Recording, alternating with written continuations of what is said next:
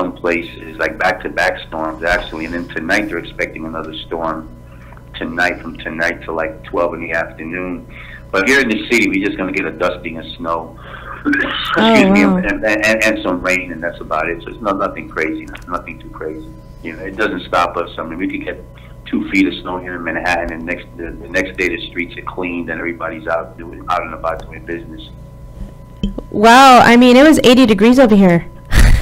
Yeah, that's, you know, we had that over here a couple of weeks ago. We got a taste of that. It was like we had like 2 or 3 days where it was in the 60s and like 75, and everybody was out there in their shirts and t-shirts, and then reality set back in a couple of days later, and it went down to 40 degrees, 35, which is, you know, at the end of the day, you know, I mean, that's kind of norm for this time of year here on the East Coast, you know, and then normally it starts warming up, you know, in late March and April, we start seeing the temperatures trickle up a little bit, but yeah, that's basically, you know, about it in terms of weather here and what I'm doing up at 10 p.m., you know.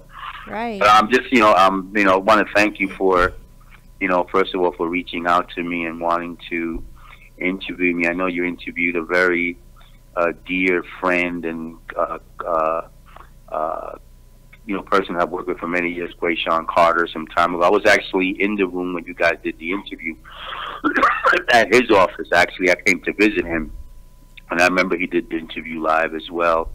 And I've known Quay for many, many years, and he's worked with me, and he's embarking on some amazing things himself as well. So, definitely. Yeah. Quayshawn is he's a hustler. Yes, he is. Yes, he is. He's out there grinding. You know, we have a lot of years of experience. You know, I've been in this business for many years, and I guess you saw that based on the bio that I sent you. And yeah, you know, I want to talk about your bio. Yeah, definitely. You know, it's been. I kind of look back and I'm like, wow, man, I've been doing this for so long. It's insane, but you know, it's what I do. You know, it's a business that there's no retirement age, as you know, in this music business or entertainment for that. You know, whether it's film or actors or artists or people that work within that circle, there's really no retirement age. You know, you have music executives who are 75 and 80 years old making, you know, creative decisions nowadays still.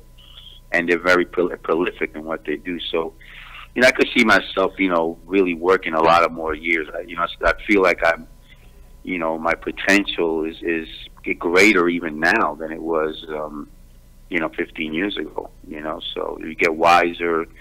You're around a lot of great people. You know, I've worked with a lot of amazing people in the past who've gone on to be major executives currently, who are major executives in the music industry, and these are people that I started out with. You know, when I look back at that, I'm like, wow, you know, we were kids back then, having fun and partying and going out and representing your label, and now these guys are like super senior executives and running major labels. You know, it says of the hard work that's put into it, you know. So, interesting times ahead. Yeah, you know, it's, you know, as I've aged, it feels like it you just don't have the energy to party. I'd rather put that energy into creative outlets and projects, and I mean, I don't know about you, but I do the same. I think as I've gotten older, I pick and choose the places that I'm going to go show my face at. I mean, just recently for the Grammys, I went to a Grammy viewing party at the Orchard, which is the distributor for my label, and they're owned by Sony Music. And it was interesting, you know, like I went to this viewing party and I ran into so many people that I haven't seen in a while, and they were super excited, you know, that you know, I'm doing work with the Orchard and bringing some new talent to the table, and they're excited because, you know, I've always you know, been around success, you know. Excuse me. So, you know, I've been around, you know, success. So obviously, and a lot of great people at the Orchard, you know, I chose to go with them because I've worked with those people in the past. I had history with them at EMI Music. We enjoyed a lot of success there. So making a decision to go with a distributor where you had success with those people in the past was a no-brainer. But I do find myself picking and choosing, you know, where I go to, you know, where I party. You know, it's no longer about You know, you got to go pop bottles and stuff like that. I leave that to the artists. You know, go pop your bottles, and you know, if you go platinum or the record goes to #1, I'll probably go have a beer and go have a cigar at a sports bar. You know, but not that you know. Again, it's not that I don't like to do it, but you know, you just got to pick and choose. You know, you really got to put your energy into, you know, the nowadays with the advent of digital and how quick records come out. You know, you have to speed up the process of marketing and promotions. You know, it's not like back then where it was more drawn out. When people were doing CDs and cassettes and vinyl, that the process was longer because, you know, there was, you know, the whole thing of manufacturing records, shipping them out, making sure they got to the stores 2 weeks ahead of time, you know. So now it's with digital, you know, an artist who's not even signed could get a record up on iTunes and Spotify in less than 24 hours. You know, so for that matter, you know, you have to stay on your toes, you know, and really keep the hustle and the grind going, and recreating, reinventing yourself and stuff like that. Now, your first leap, I'm just going to read a little bit about your bio and sort of just kind of piecemeal it throughout, but your first leap into the music industry came by working in the studio and shopping a demo for a female rap artist by the name of L.A. Starr, who would later release her album on the iconic label Profile Records, which was a home to Run DMC and many other groundbreaking hip-hop acts in the 1980s and early 1990s. Working on this particular demo allowed you, for the first time, to use your acquired skills you picked up at Center for Media Arts and work at such recording studios as Power Plays Calliope, Funky Slice, Boogie Down. Did I say that right? Calliope? Yeah, Boogie. Yeah, Calliope. Calliope, Funky Slice, and Boogie Down Production Studios, all in New York City. And it was during the stage that you had your first taste of actually going to labels and shopping deals for artists.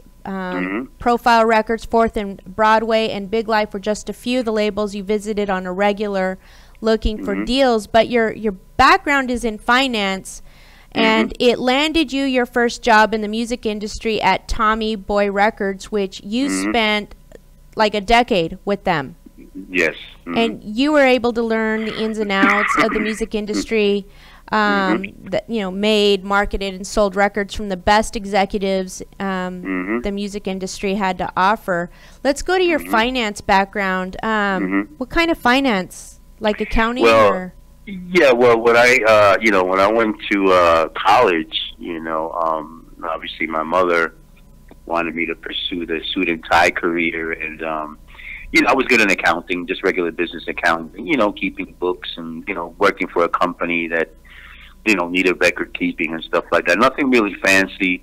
But then, you know, when I was in school, you know, computers were starting to really make an impact in banking, and a lot of the major banks in New York, and for that matter, you know, around the world, were now open 24 hours. Their headquarters, and they were using computers and data processing equipment to process checks at night. So the process it went from being done by hand to being done by computers. Well, now you fed checks into computers now. So I graduated into that world, you know, I worked for Barclays Bank International. And Barclays Bank International is a major bank in London. They had offices here in New York. And as a matter of fact, they used to have Barclays Bank branches in New York before they were shut down, and they would turn to, they eventually ended up being Bank of America many years ago. But I worked for Barclays Bank for about like 2.5 years, and it was a great experience. I worked at night, working the data processing and finance department, and it was basically, you know, balancing checks, but using the automation that was brought into play. So I really got to learn, you know, again, you know, like the 80s, when you think about the 80s, computers were just really starting to take over a lot of industries and how they were used. So I did that for 2.5 years. But in the meantime, I partied a lot. You know, I was a party guy. So I was a club guy. I was in all the major clubs in New York every night. During the day, even during the day, they had clubs during the day on Wall Street where I could go party during the day and then go to work at night. And so I did that for years. And then, you know, one day it clicked. You know, I said, you know, I don't want to be a suit and tie guy the rest of my life and work in a bank or work in this industry for 25 years and retire. And, you know, and just be regular.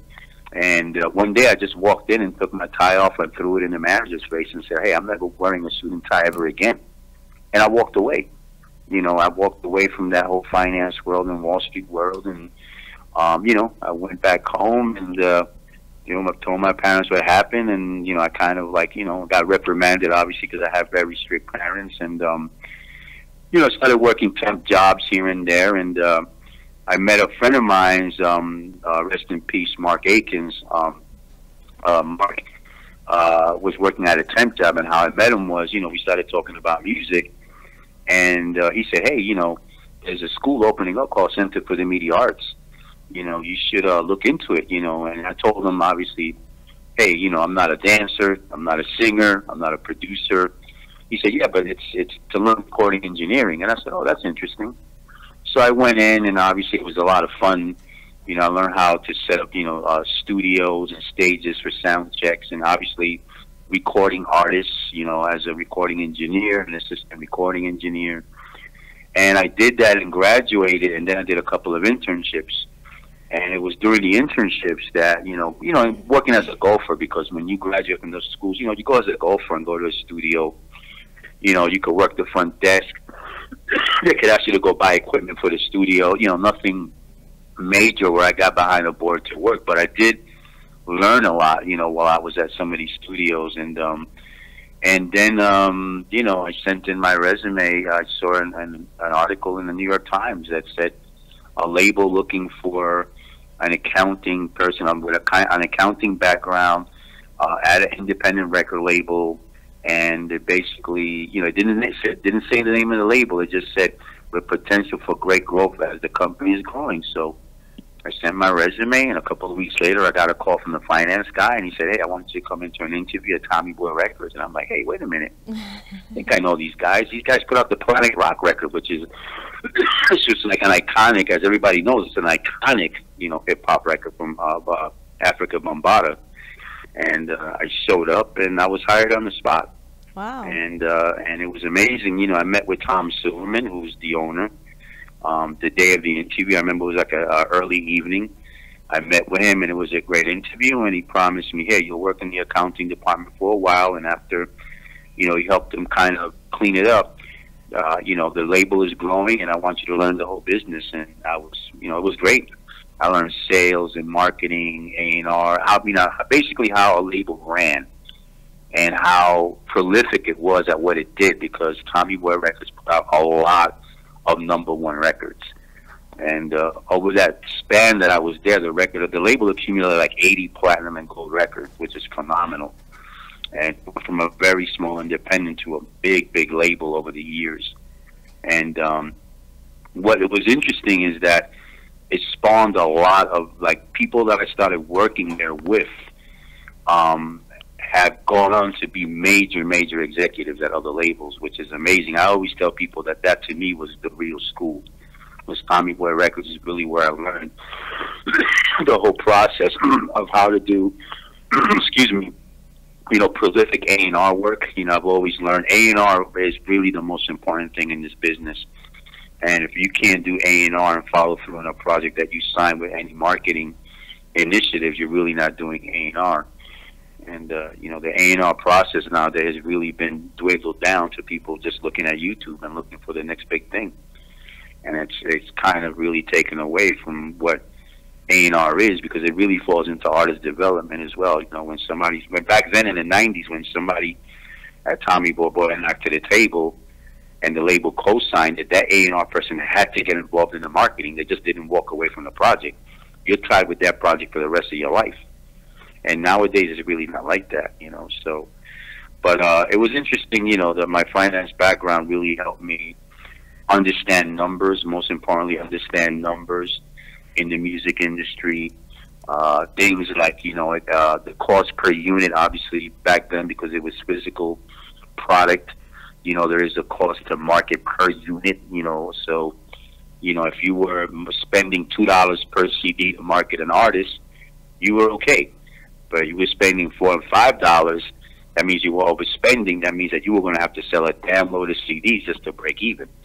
So my finance background came in very handy in that I understood the correlation between numbers and selling records, and how to make budgets work to keep them under budget, but at the same time also make sure that you have records that sold. So I owe my finance background a lot to what to what I'm still doing. You know what I'm saying? It really plays an important role in what I'm doing now.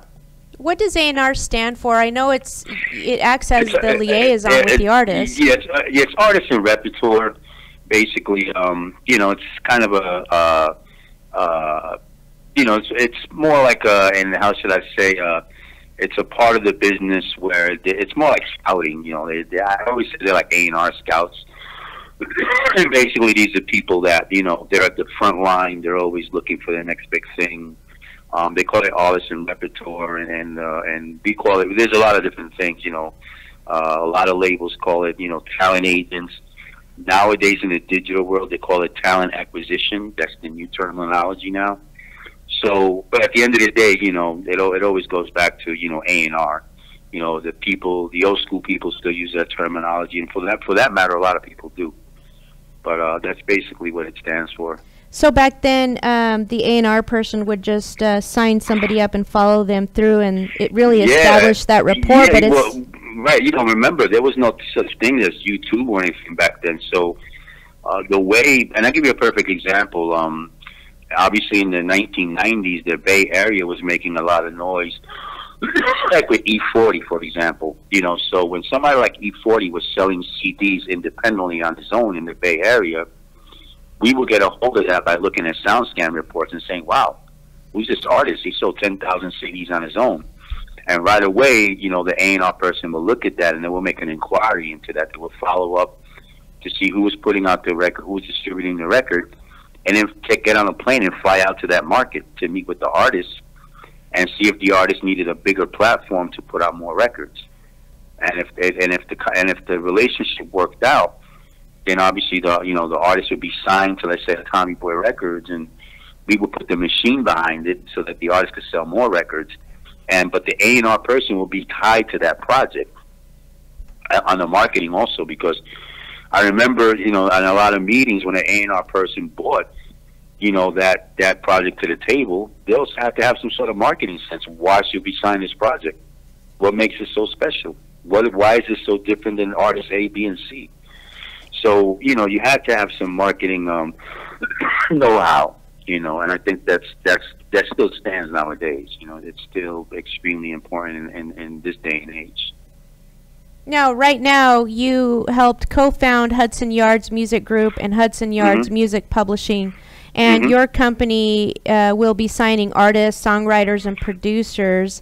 You've also secured a distribution deal with the Orchard Sony Music for 3 years. How's that coming along, your new project? Is it your new love, your new passion? Oh, yeah. I mean, I love it. You know, I have a partner. His name is Kenny Raines. Kenny's based out of Boston. You know, he has an extensive background in music. He also worked at the Source magazine for some years.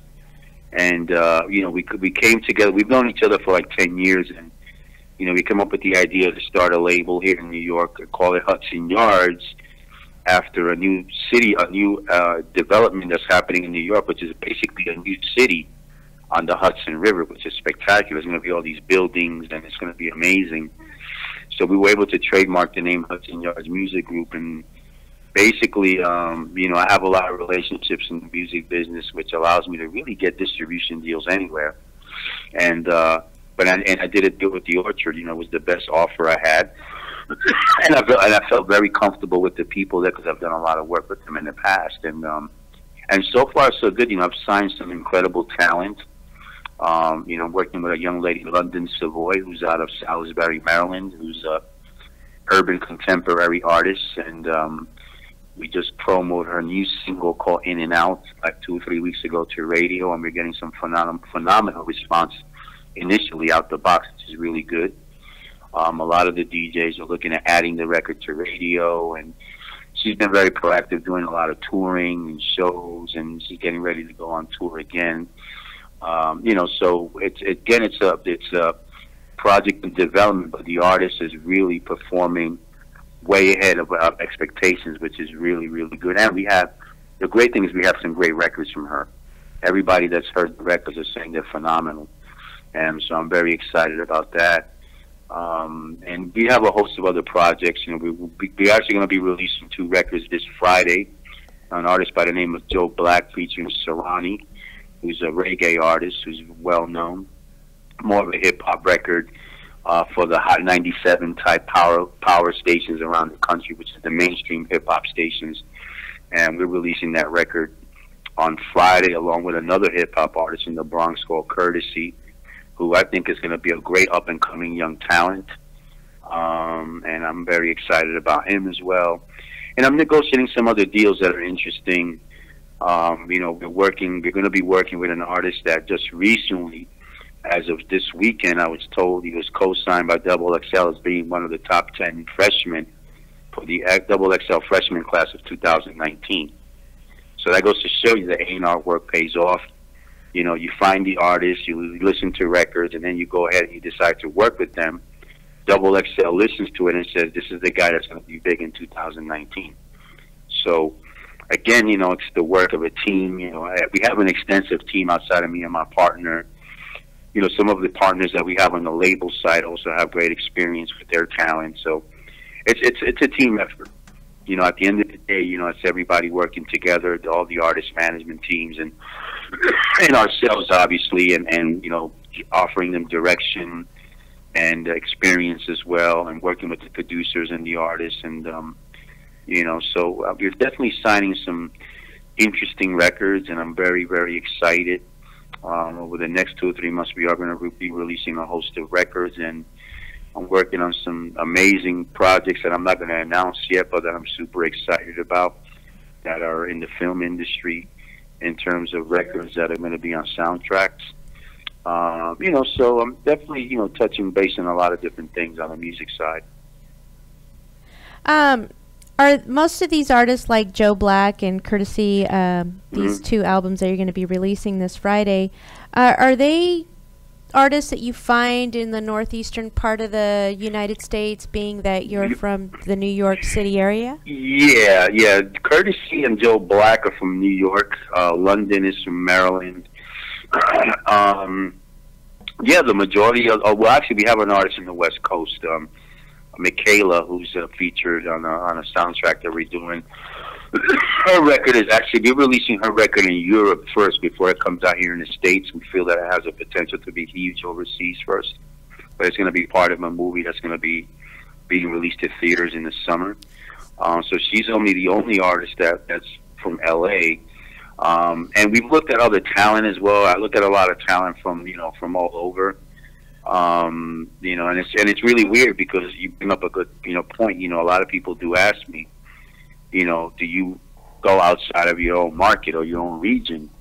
And we do, you know, but because we're in New York, you know, and people know me, you know, we get swamped with so much stuff that a lot of times you don't pay attention to that. You know, you get a lot of good talent and you sign it, but in the past, I have worked with a lot of talent from the West Coast in the past, so it's something that, you know, I'm not going to say, hey, you know, we're just a label that signs East Coast acts. Now, the reason I might be shying away from that is because I need some presence. I need to be on the West Coast in order to have some presence, and currently I am negotiating to open up an office in Seattle. I have a partner in Seattle. I'm working out the specifics on that. I am going to open up a Hudson Yards in Seattle within the next couple of months. And that's going to give me the presence I need out on the West Coast. And, of course, the West Coast covers the Midwest, like places like Vegas and Phoenix, Portland, Oregon, and all these places, San Francisco and L.A. But I really need to be there, you know, as opposed to just signing artists and then being here in New York, you know, because I need to have that face time with the artists as well on the West Coast. So I've been presented that opportunity to, you know, to have an office and recording facility in Seattle, which I think is a great city, you know, for music, you know. And I'm going to jump at that opportunity, so I'm just working out the specifics right now. Is there a new sound coming out of Seattle that I don't know about? Not right now. You know, I am working with a gentleman, his name is Choice, out of Seattle. He has a company, I think it's called, don't quote me on this, I think it's called MYL. Oh. He's put out some independent records in the past, but he's well known for having funded a lot of big startup production companies on the West Coast. And, you know, we've been talking about working together, you know, for the longest, and he came up with the idea of forming, you know, a partnership with us on the West Coast. And I thought it was a great idea because he works out of an incredible facility, a landmark building in Seattle, which used to be a brewing company, now is like a entertainment complex in the Sodo district of Seattle. And I'm familiar with the building, and I saw it, and it had like 5 or 6 recording studios. So definitely we don't have anybody out of the West Coast, but the thing is, I'm looking for, you know, submissions. I'm still very open. You know, I love to get submissions, excuse me, from artists from all over. So I don't want to be pigeonholed into saying that I'm just looking for artists from New York or just the East Coast. You know, but I definitely would love to get, you know, submissions from artists, whether they're in your backyard or they're in the Bay Area or Seattle or San Diego or what have you, or Vegas, or for that matter, you know, any other major city in the Midwest. You know, I know there's a lot of amazing talent. I mean, New York, for that matter, I gotta say this: the talent pool in New York is not as great as it used to be. Huh. You know, New York used to be amazing when it came to hip hop, but it's kind of fallen off as the Southeast region is kind of taken over in terms of talent. You know, did you say Southeastern, like Atlanta? Say it again. Did you say Southeastern is kind of taken over, like Atlanta, Georgia? Yeah, like Atlanta. Yeah, like Atlanta and other cities. You know, outside of Atlanta. You know, you got the Carolinas and Maryland as well, Virginia, Alabama. Excuse me. You know, this is just a lot of these cities, you know, that are spawning a lot of really great independent artists. And you know, it happens. You know, you talk to a lot of artists here in New York, and you know, there's a lot of good talent in New York. There's no question about that. I think sometimes the issue is that when you talk to young talent, the first thing out of their mouth is, "Oh, I want to be the next Jay-Z," or "I want to be better than Nas." And you're talking about 2 iconic hip-hop artists who've made their bones in this business and are established icons. And as a new artist, you just got to be yourself. You know, you can't, you know, it's great to shoot for those type of numbers and for that type of iconic status, but you still got to be yourself. Yeah. You still got to develop your own lane. And that, to me, has kind of slowed the progress in New York. I mean, I've seen, like, the hip-hop world is kind of shot off everywhere else around the country, but in New York, it's kind of regressed. Huh. You know, and that's kind of why I've kind of, like, focused on, you know, breaking talent, you know, signing some artists from New York to say, hey, you know, I could break some, you know, some new groundbreaking talent from New York. That'll be great. But, you know, I'm starting to see that happening. So you take, for example, like Cardi B. You know, Cardi B's from New York, and she's been an incredible, you know, success, and she's from the Bronx. She is hardcore. I love her music. Yeah. So, you know, so I look at that, you know, so there is a lot of progress being done, you know, but again, it's still, you know, a ways off. And I know there's a lot of great talent in New York. I think it's just, there's an oversaturation of records out there too. There's so many records out there. The digital world has created this machine that you could put out 50,000 records a day. You know, and that's, you know, back then that was impossible to do. But now, you know, like I said, artists, you know, do it for DIY, do it yourself, you know. Yep. And they go out and they put out records, you know, on TuneCore and all these other platforms, and, you know, they test the market themselves, you know. So it's a challenge, you know, but, you know, I have a lot of great relationships in the business who are always working with good talent, so I seem to get talent that's on the uprise all the time. So that's a really good thing. What makes it easier for me is that I'm tapped into a lot of markets that are already working on some of the hottest talent in various markets. So, you know, but definitely the West Coast, the West Coast region, for me, is something that I want to tap into because that's always been a groundbreaking market as well, you know, out on the West Coast. Now, back to Michaela and why you are going to introduce her record overseas in London, right? Wait, overseas, and she's from the West Coast. And you mentioned, you know, that it had to do with the movie.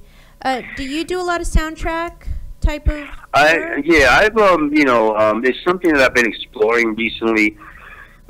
In terms of releasing records that are on soundtracks. It's a big business now. It's the sync and licensing business is huge. So one of the things that when I sign artists, I always tell them to make sure that I always let them know that part of the deal is that I'm going to be securing sync and licensing. In other words, pitching their records to, up and coming films, documentaries, Showtime, HBO, Netflix series. It's a big business.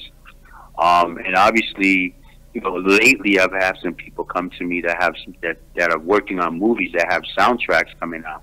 I'm one of them. That have approached me about distributing these soundtracks for them as well.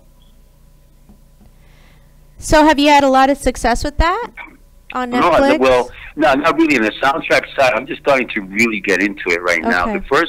Just to give you an idea, like the first soundtrack that I was, that I was part of and I enjoyed a lot of success was the New Jersey Drive soundtrack that was on Tommy Boy Records. Uh-huh. And this is like in 1990, I want to say 1994, 95. It was an independent film. So what you call a cult classic based on the whole stolen car phenomenon that was happening in Newark, New Jersey. Mm-hmm. And the soundtrack was phenomenal. The soundtrack had some of the best records on it from Queen Latifah and Outkast and you name it. There was a lot of great records on there. And at that time, soundtracks, were pretty big, but they weren't, it wasn't prolific like it's become now. Over the years, it just became bigger and bigger. With Whitney Houston, with doing The Bodyguard, and just a lot of other records that became big. Adele doing the theme to one of the James Bond movies. Yeah. Duran did The View to a Kill. For a James Bond movie as well that became an iconic record. So it's evolved a lot more now, where the music companies are allotting more budgets, to bring in established artists to record specific songs for soundtracks. So that's something that I'm exploring very heavily right now. So in terms of have I had success with it, no, but I have my finger on a couple of things that I think are going to be pretty big.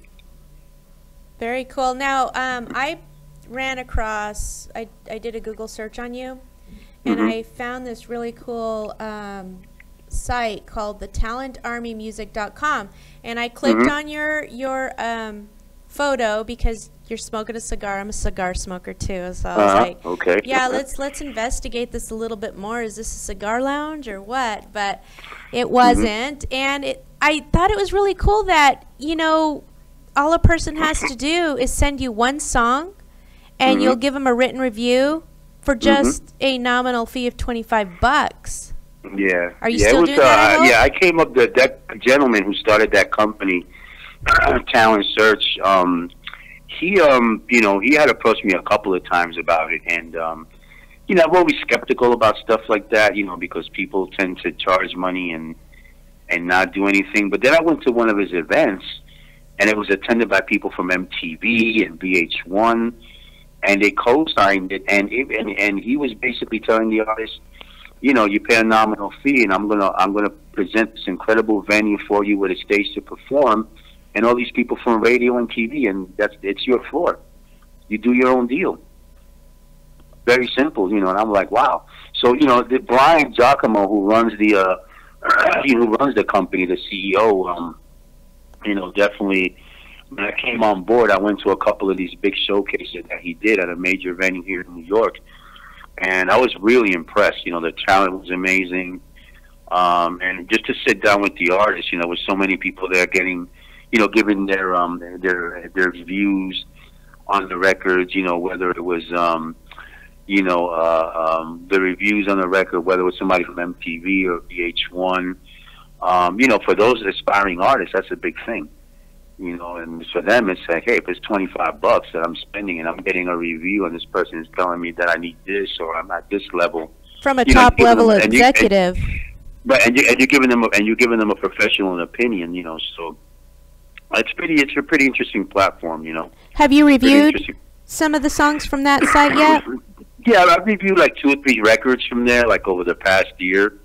People that hit me direct, and you know, I basically gave them some really good insight.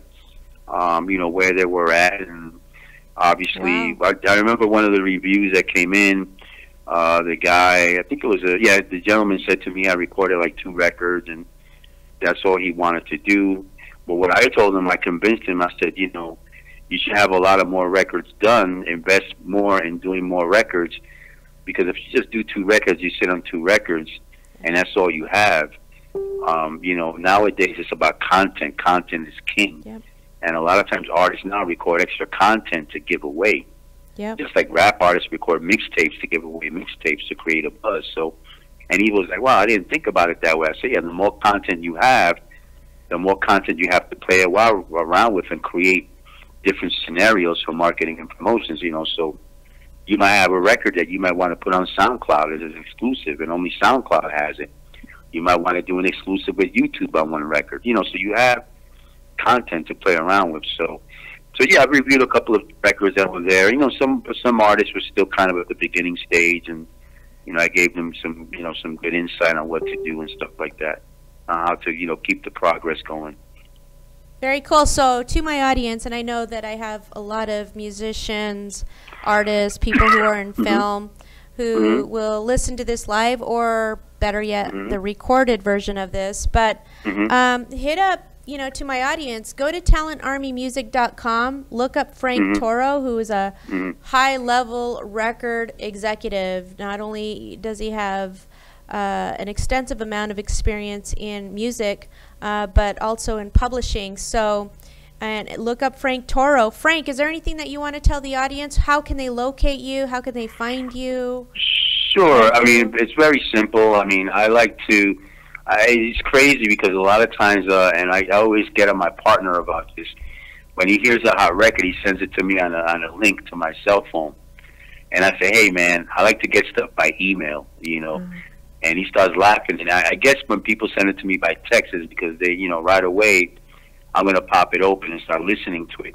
But I'm the opposite way. I tell people, you know, if you want to send me, you know, something, send it to me by email, because I check emails consistently. I'm on top of emails. If anybody wants to get with me, you know, the best way to reach me is by my email, which is ftoro, Ftoro at hymusicgroup.com. I usually get back to people right away. You know, you can send me, you know, whether it's a SoundCloud link or a YouTube link, excuse me, an MP3. You can send me your social media, you know, links and stuff like that. I like to look at all that stuff. And you know, and I'll listen to it, and you know, let me know that you listen to this interview, you know, on DeeDee's show, and you know, I'll gladly, you know, be able to start a dialogue with you on what you have. All right. And do you mind them finding you on Facebook too? You don't mind Yes, you can find me on Facebook, Frank Toro, you know, FrankToro. On Instagram, I'm known as Mr. Frank Toro. So on Instagram is where a lot of people hit me up as well. They send me messages on Instagram. So those are 2 of the best ways to hit me on social media, is Facebook and Instagram. Well, this is really valuable, and that's part of why I wanted to have you on my show, because of your experience. And, you know, if you go to talentarmymusic.com and look up Frank Toro, and if you want him to take a look at your music and be honest, go there and find him and find out what he thinks about your music, and he'll give you the advice and the direction that you need to go, because that's his background as an A&R person who's developed relationships with artists. And again, to my audience, if you want to hit up Mr. Frank Toro on Instagram, go to his email.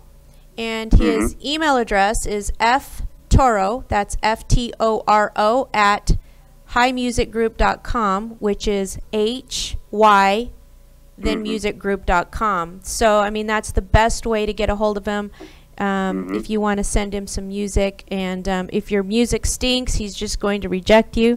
Right, Frank? Yeah, and, you know, well, no, you know, I usually You know, that I'm gonna tell you one thing. You know, and this goes to in a marketing meeting. There's never no bad product that's brought to the table. Like in a marketing meeting, there's never a bad idea. A bad idea is talked about at a table, and it could be made better, or it doesn't work. And you know, obviously, telling somebody that their stuff stinks when they really want to make it their livelihood is not. I mean, I know some people that do that, but in reality, that's not really the way to go about it. You know, I think there is constructive criticism. You know, right. It's good to give criticism and help somebody, unless it's completely beyond the lost case. Then you know, it's like it's hard to tell somebody that, hey, you know, you should look at another career. But I've never really encountered that. You know, like I've worked with talent that was mediocre, and they've gotten much better. Yeah. And you know, and invested time in themselves, whether it's through vocal coaching and what have you, or working out in the gym and getting in shape. You know. Yeah. Those are all important things of important part of being an artist. But yeah. But the one thing I do want to say is this, and I know, you know, one of the things that I'm looking for all types of music, and one of the things I am looking for is Latin music. Woohoo! You know, I am Hispanic. I am Puerto Rican. Born in the South Bronx in New York, so my roots are of Latin music and hip hop. And I'm a very big fan of Latin music. Very cool. I mean, big. When I say big, so you know, there's a Latin market right now is exploding with a lot of new talent. You know, I know a lot of the big people in the Latin music industry as well. So I'm not just regulated to hip hop. You know, I'm really well versed in dance music and heavy metal and all that stuff. But I'm very interested in really looking at some groundbreaking Latin stuff. So if you have any of your people or your listeners out there who are doing some great Latin music, hit me up ASAP. Very cool. I didn't know you were Boricua. Yes, I am. I yes, saw, before we close, I saw in the news today the flag. It's the Hispanics that played an important part in that culture. You know, and obviously in a lot of different ways. Obviously, you know, you know, with blacks and African Americans, they've really taken it to a great level in terms of the hip hop world. You know, and that's amazing. You know, I've always been a champion of that. You know, to me, you know, I consider myself a minority, and I back, you know, anything that's minority driven. It's Hispanic, African American, or any other nationality. You know, I'm definitely behind it. But it's very important that one of the reasons I'm in this business is because you know, is to really, you know, I love all types of music, don't get me wrong, but I love it when, you know, you get a new fresh young talent in the Latin industry, or a young African American singer or rapper who makes it big. Yeah. That's very exciting, you know, and to me that's really important. All right, well, thank you so much for coming on the show. Okay. And Osvaldo is going to wrap up this show. And again, thank you again, Frank. And I was kidding about you telling people that their music would stink. You sound like a very compassionate, I don't know, just a true professional, and just it's all about the music with you, and you just want to make that person better, and I appreciate that. Definitely. And again, thank you for having me on the show, and hopefully, you know, we'll connect again. And, you know, always, you know, feel free to reach out to me as well, you know, in case you do run across something out there that might be of interest to me. Yeah, I might shoot some ideas over to your site. And if you're ever in Los Angeles for an event, you know, let me know. I sure will. All right. Thank you so much. Thank you again. And that will wrap up our show. Okay. Thank you. Thank you. Bye-bye. Bye.